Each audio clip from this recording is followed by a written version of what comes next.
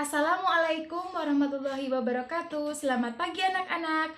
Bagaimana kabar kalian hari ini? Semoga kalian sehat selalu dan semangat belajar. Hari ini kita akan belajar bersama Ibu Tika, khususnya anak-anak kelas 5.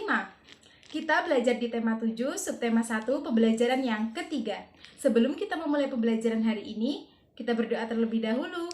Berdoa dipersilahkan. Anak-anak, kita melanjutkan pembelajaran yang kemarin ya.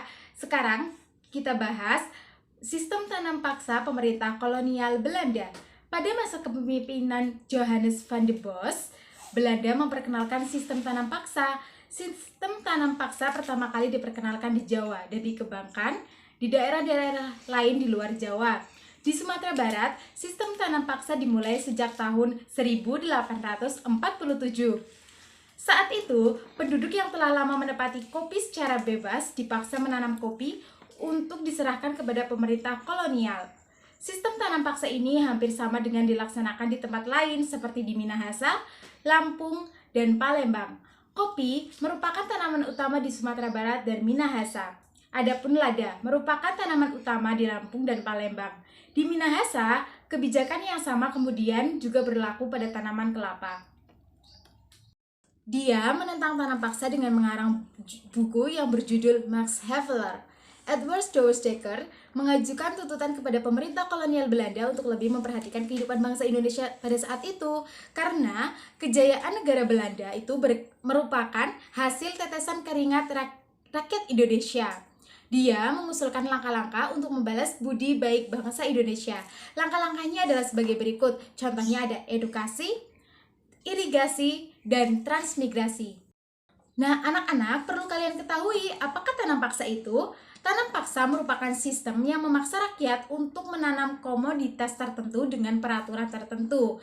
Siapakah yang menerapkan tanaman paksa itu? Yang menerapkan adalah pemerintah kolonial Belanda. Nah, di manakah tanam paksa itu dilaksanakan? Tanam paksa dilaksanakan di Pulau Jawa, Sumatera Barat, Minahasa, Lampung, dan Palembang. Bagaimanakah tanam paksa dilaksanakan? Nah, sistem tanam paksa dimulai sejak tahun 1847 ketika penduduk yang telah lama menanam kopi secara bebas dipaksa menanam lagi untuk diserahkan kepada pemerintah kolonial Belanda.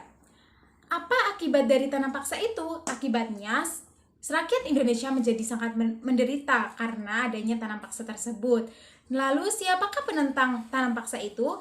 Tokoh penentang tanam paksa itu bernama Edward Douwesdekker. Anak-anak, tahukah kalian tentang keragaman sosial budaya di Indonesia? Nah, budaya merupakan segala sesuatu yang dihasilkan oleh akal budi manusia.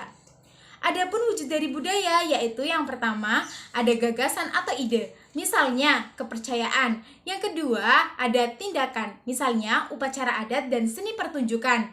Yang ketiga, ada benda, yaitu pakaian adat dan senjata tradisional. Selain sebagai identitas, kebudayaan juga sebagai kepribadian suatu bangsa. Negara kita mengembangkan kebudayaan daerah dalam rangka memperkaya kebudayaan nasional. Hubungan antara keduanya sangat erat karena kebudayaan nasional bersumber dari kebudayaan daerah. Kebudayaan nasional terlahir sebagai hasil usaha akal budi atau pikiran seluruh bangsa Indonesia yang terdiri atas keragaman suku dan ras dan budaya lainnya.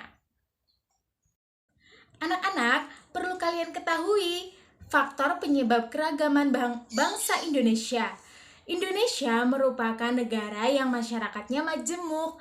Bangsa Indonesia terdiri atas beberapa suku bangsa yang menyebar dari Sabang sampai Merauke. Adapun faktor-faktornya, yang pertama ada faktor keturunan. Faktor keturunan dibagi menjadi beberapa hal. Yang pertama ada ras di Indonesia. Berdasarkan ciri-ciri fisiknya, masyarakat Indonesia dapat dibedakan menjadi 4 sebanyak kelompok ras sebagai berikut. Yang pertama, kelompok ras Papua atau Melayonozoid terdapat di Papua, Pulau Aru, dan Pulau Kai. Yang kedua, ada kelompok ras Negroid antara lain orang Semang di Semenanjung Malaka, orang Microropis, dan di Kepulauan Andaman. Nah, yang ketiga ada kelompok ras Wedoid, antara lain orang Sakai di Siak Riau, orang Kubu di Sumatera Selatan dan Jambi, orang Tamuna di Pulau Muna, orang Enggano di Pulau Enggano, dan orang Mentawai di Kepulauan Mentawai. Yang keempat ada kelompok ras Melayu Mongoloid yang dibedakan menjadi dua golongan, yaitu ras Proto Melayu, dan di samping kelompok ras di atas, masyarakat Indonesia juga terdiri atas kelompok warga keturunan Cina, warga keturunan Arab, Pakistan, India, dan lain-lain. Masyarakat Indonesia tidak mengenal superioritas suatu ras dan tidak menganut paham rasialisme.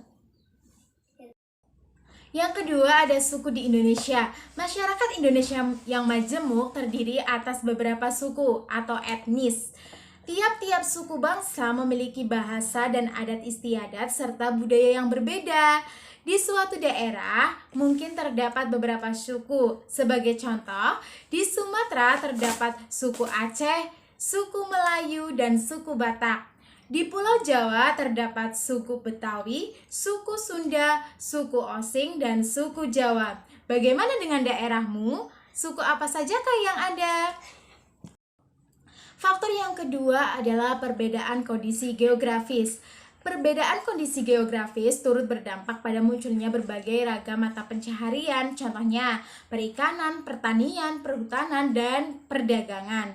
Pada setiap bidang tersebut, mereka akan mengembangkan cara kebudayaan yang khas dan cocok dengan kondisi geografis lingkungan tempat tinggalnya. Dan yang ketiga, faktor pengaruh kebudayaan luar. Bangsa Indonesia adalah contoh bangsa yang terbuka. Keterbukaan ini dapat dilihat dari besarnya pengaruh asing dalam membentuk keragaman masyarakat di seluruh wilayah Indonesia. Pengaruh asing yang pertama kali ialah ketika orang-orang dari India, Cina, dan Arab kemudian disusul oleh orang-orang dari Eropa. Bangsa-bangsa tersebut datang membawa kebudayaan masing-masing. Dengan keragaman budaya di Indonesia yang sangat banyak, kita harus memiliki sikap toleransi yang menghargai perbedaan suku, ras, maupun jenis kulit. Kita tidak boleh mengolok-ngolok, kita tidak boleh mengumpat, kita tidak boleh saling mengejek satu sama lain ya anak-anak. Kita harus selalu menghargai perbedaan, karena perbedaan untuk saling melengkapi, bukan untuk saling menjelekkan. Hari ini kita sudah belajar tentang sistem tanam paksa, keragaman sosial budaya di Indonesia, belajar tentang keragaman suku, dan belajar tentang sikap toleransi kebudayaan Indonesia. Jangan lupa untuk mengerjakan LKPD yang sudah Ibu share di WA Group dan latihan soalnya juga ya. Selamat siang. Wassalamualaikum warahmatullahi wabarakatuh.